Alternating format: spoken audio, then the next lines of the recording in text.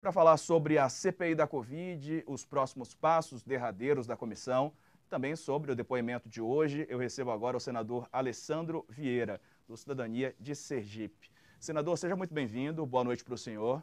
Bom, como destaquei agora há pouco aquela abertura ali dos trabalhos na comissão, não posso deixar passar batido. Quero a avaliação do senhor sobre esse momento, que talvez tenha sido um dos mais marcantes aí da CPI, né? A posição ali do senador Fabiano Contarato de confrontar o depoente sobre aquela postagem homofóbica que ele fez nas redes sociais. Qual a importância disso, senador? A gente sabe que a gente está no momento de alguns retrocessos, né, de muitos ataques. A gente sabe que isso causa violência na vida das pessoas. Há uma grande quantidade de pessoas que morrem em decorrência da homofobia, infelizmente, aqui no nosso Brasil. Qual que é a avaliação que o senhor faz da importância desse ato do colega do senhor hoje na abertura da CPI da Covid? Seja bem-vindo. Uma ótima noite para o senhor. Boa noite, é um prazer estar falando com vocês. O Fabiano Contarato é uma figura espetacular, profissional exemplar, reconhecido no seu estado, reconhecido no parlamento, e hoje fez um posicionamento que mostra como é possível confrontar essas ofensas, esse abuso, sem perder o equilíbrio, sem perder o respeito, entendendo perfeitamente quais são os limites da lei. O preconceito que o Otávio Facuri e tantos outros projetam nas redes, na sua vida pessoal, configura um crime. E a gente tem que garantir que esses crimes sejam punidos. Eu acho que o Brasil inteiro merece viver num ambiente de menos ódio, menos preconceito, e pessoas como o Fabiano e tantas outras que enfrentam isso de peito aberto merecem nosso aplauso, nosso suporte, e a gente espera que a gente consiga, passo a passo, levar o Brasil para uma sociedade mais igualitária e com menos preconceito.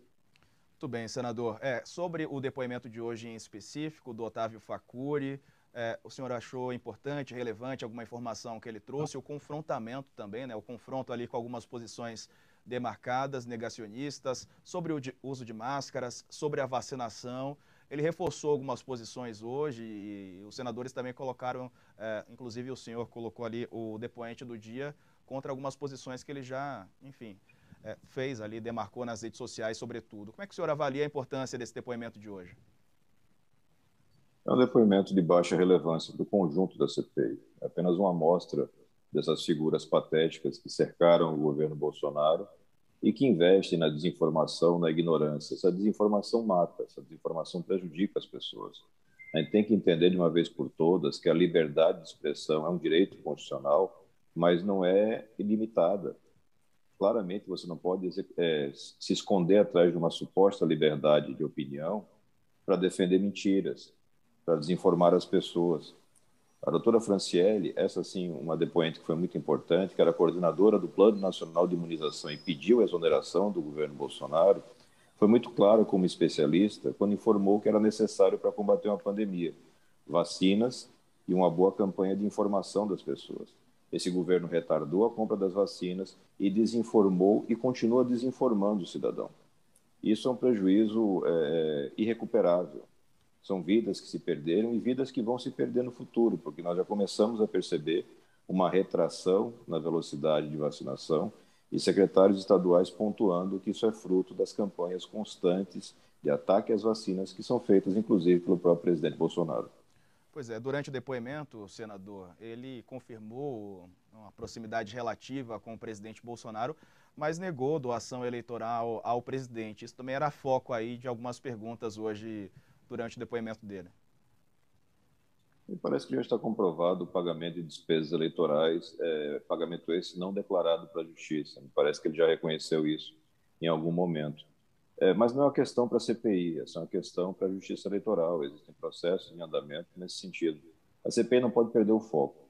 É um trabalho muito importante, é um trabalho de defesa da saúde pública, defesa do cidadão brasileiro. Se a gente tenta transformar a CPI numa espécie de varejão, onde você coloca tudo, a tendência, infelizmente, é dispersão.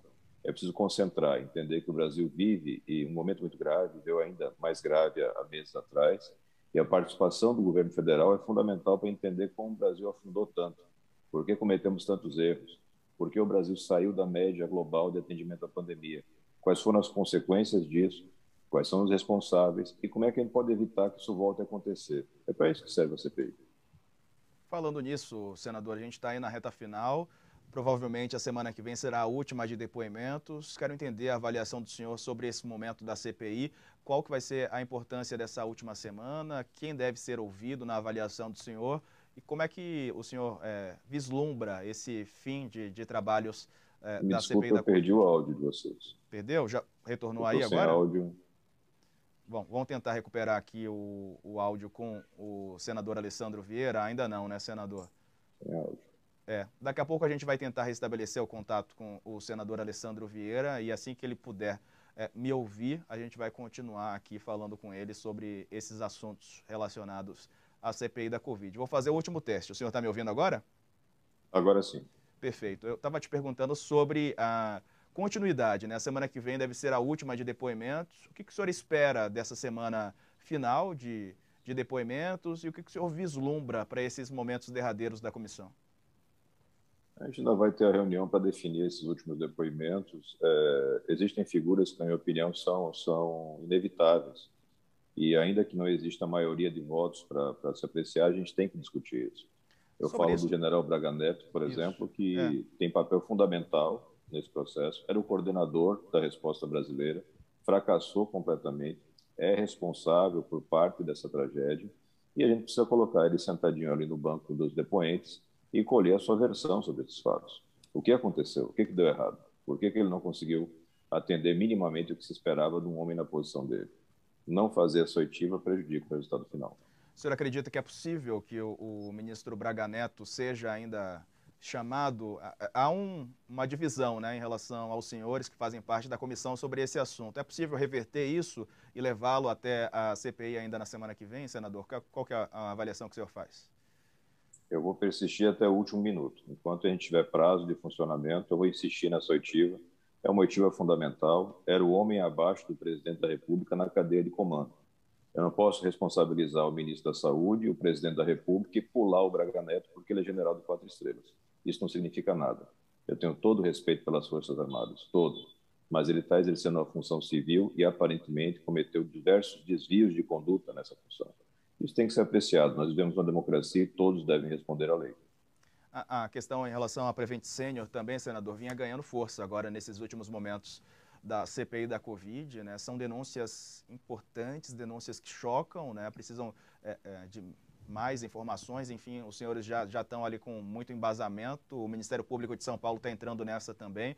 O senhor acredita que com essas informações que chegaram, mesmo assim, o prazo final, eu sei que existe um limite, né? Mas encerrar a CPI quando a gente fala de depoimentos na semana que vem, é uma boa? O senhor concordou com isso? Acreditava que precisava de mais tempo? Qual que é a avaliação do senhor? Nesse assunto específico da Prevent Senior, é possível avançar com pelo menos mais um depoimento de algum profissional que tenha trabalhado naquela unidade.